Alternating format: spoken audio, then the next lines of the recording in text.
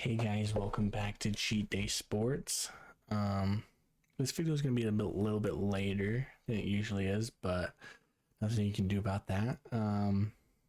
Today we're just going to talk about some of the games from Saturday, and it was a great slate of college football this past weekend. There's some coaching firings that happen, in the coaching carousel, but I think let's just dive right into it.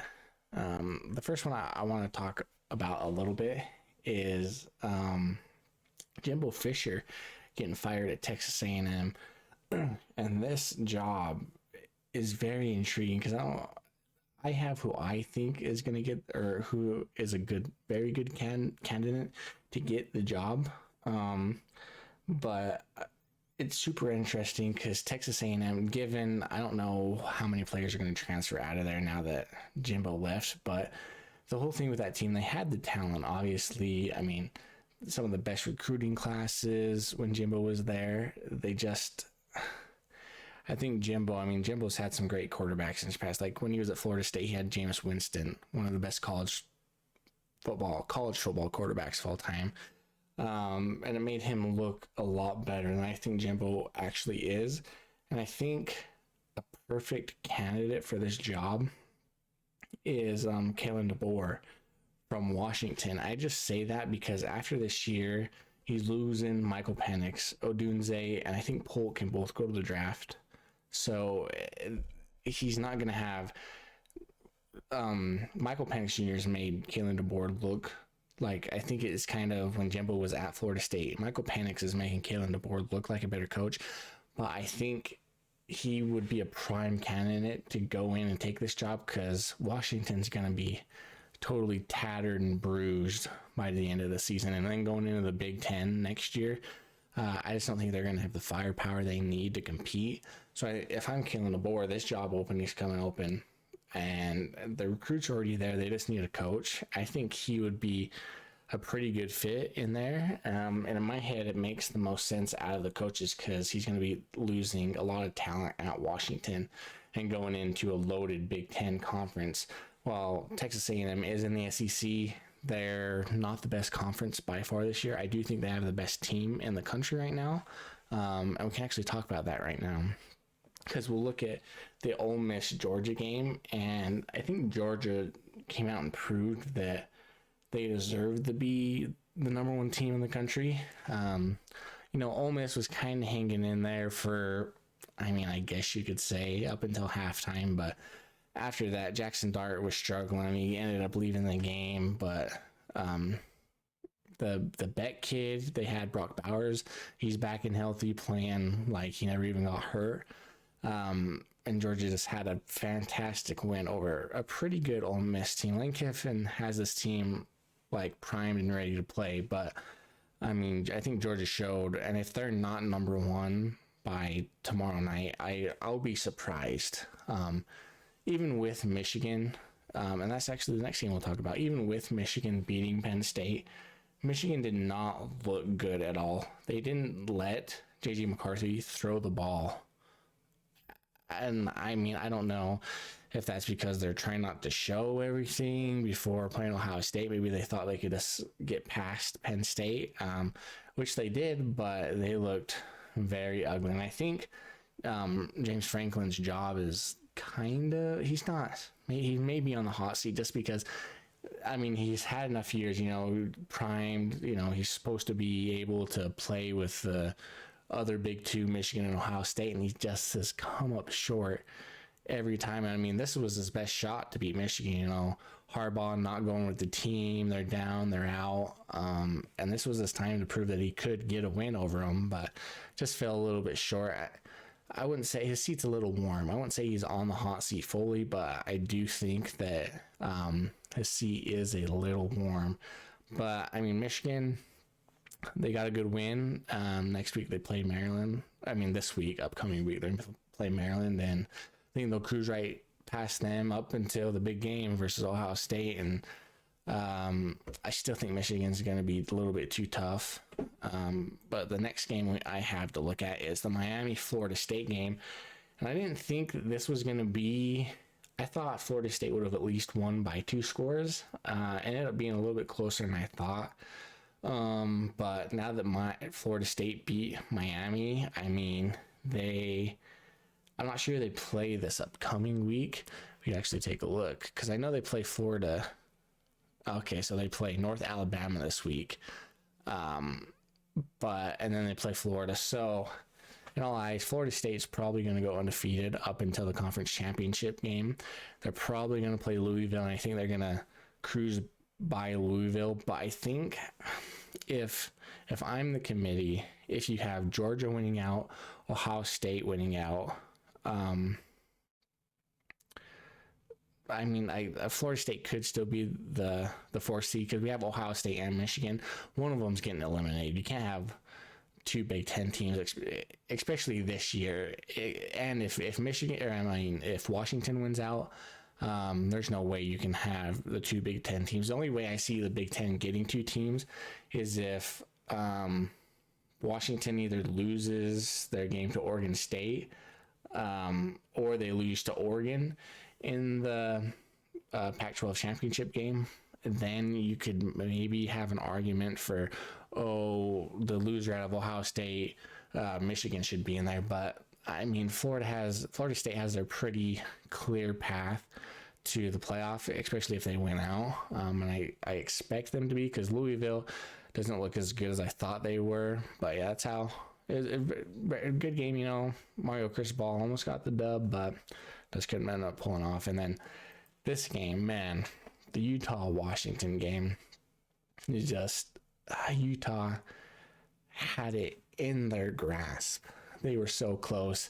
But it was like there was 2 completely different Utah teams, at least on offense. The defense played pretty well. I wish they could have gotten a little bit more pressure on Penix, but it is what it is. Just the offense, they had no problem scoring in the first half. And then I don't know what flipped Andy Ludwig, the offensive coordinator for Utah.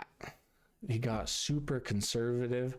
I don't know what they were doing in the second half. Bryson Barnes took a big hit in the second half and didn't quite look the same, but shout out to Washington. Now that Utah's played both Oregon and Washington, I don't think Washington is better than Oregon, especially the way Oregon's playing right now. I think Oregon just completely cruises by. If they end up meeting in the Pac-12 championship game, I just think Oregon's going to completely cruise past Washington, especially it being a neutral site and not home game for Washington. I will say Oregon is the best team in the Pac-12 right now. But shout out Utah. You have a lot of injuries. But them heading into the Big 12 next year, they should have a pretty good team. But yeah, it was a good game by Washington. Michael Penix just was a little bit too much for Utah, so they came out with a dub.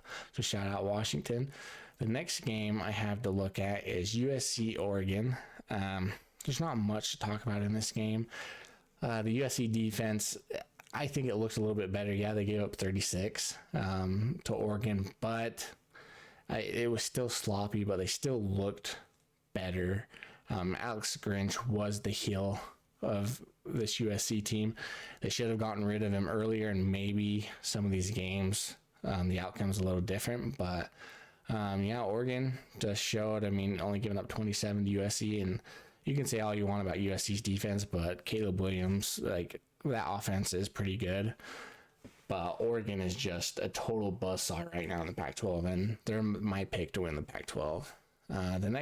This game totally surprised me. UCF literally did anything and everything they wanted to Oklahoma State. I didn't even pick this game because I've seen UCF play, and I was like, okay, Oklahoma State, the way they're playing, they should cruise by. But the Big 12, man, has been a kind of a joke of a conference this year, because you have Oklahoma State playing the best ball they've been playing. They beat Oklahoma in the Battle of Bedlam, and then you come and you score 3 points against UCF, that was their second conference win. man, that, I mean, it could be Texas, Kansas State ended up being, I don't know completely where the standings are for the Big 12 right now. I'm going to make a video during this week talking about what the conference championship games are kind of looking like to be for each of the Power 5 conferences. But yeah, Oklahoma State just showed the Big 12 is kind of a joke this year, and it's still in shambles, especially with Oklahoma, how they've been playing. They did beat West Virginia, but I mean, the best team in this conference is Texas still by far. And they could make the playoffs if some things fall into place. They win the Big 12. They could make it to the playoff as well. One of the games I picked Texas Tech to beat Kansas, and I just thought Kansas was a real fraud team. I don't think Kansas is. Like I was saying, I don't think they're the 16th best team in the country. I watched Texas Tech earlier in the year play Oregon, almost beat them. Some things haven't gone right for Texas Tech. I thought they would have been towards the top of the conference, I mean, they're given their 4-3, but I thought they had a chance to maybe be a dark horse to make it to the Big 12 title game. But shout out to Texas Tech for getting the win over not very good Kansas team. They were way overhyped after the win over Oklahoma, because we've seen Oklahoma's not as good as everybody thought as well. But shout out to Texas Tech for getting one of my picks right this week. So yeah, shout out the Red Raiders. And if we take a look at this last game, Arizona State at UCLA, man, I will give Arizona State props. I really like Kenny Dillingham as a head coach. He just has the passion. He reminds me a lot of Kyle Whittingham. He just has a passion. He loves his players. That Scadaboo, he's crazy. He looks like he has a concussion every single play because he's sitting there shaking his head. The dude's just a baller. He'll go in if you need him to play on the offensive side, like offensive line. He'll get in there. He'll give you everything he has. That's the kind of kid, especially in your first year, you want that type of kid on your team. And this Arizona State team's scrappy. I just think Utah's kind of the top echelon. They were coming off a loss at Oregon. I just think the Utah team was really pissed off.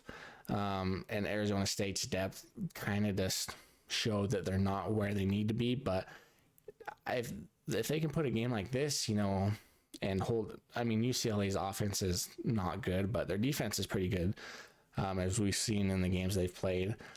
So to score 17 on an offensive line that's totally butchered with injuries, and your quarterback got hurt in the Utah game, he's still hobbling around. You have Scadaboo, you have a tight end you have your tight end playing quarterback too as well in this game. And they're running some crazy like 3-down linemen. Everybody else is spread out, just diving deep into the playbook. But that's why I like Kenny Dillingham. I think give him a couple years, he'll have this Arizona State team where they need to be. So shout out Kenny Dillingham and the Arizona State, that whole football team.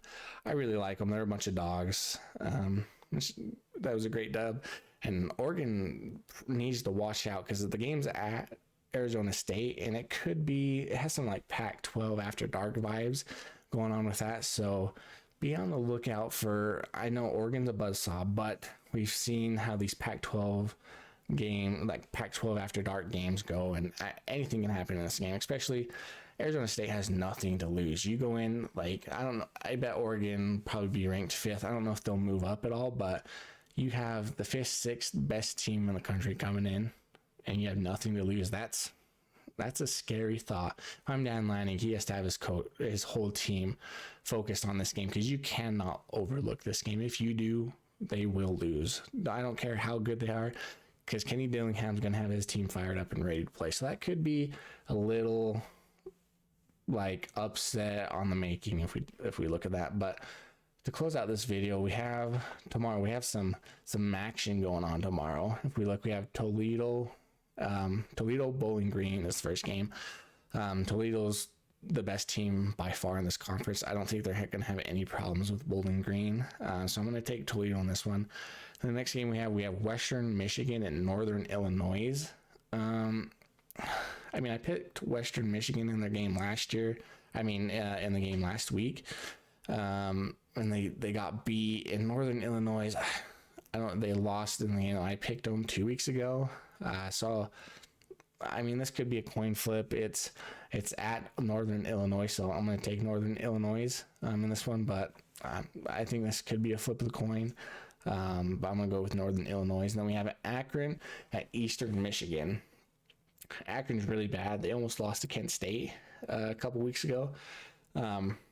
Eastern Michigan's not that much better than them, but I think they're a little bit better. Their offense is a little bit better. So I'm going to take Eastern Michigan in this one.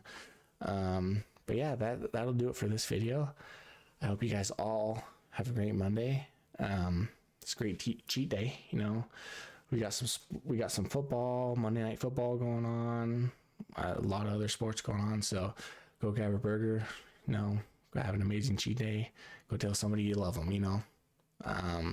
Yeah, I'll catch you guys all later. Peace.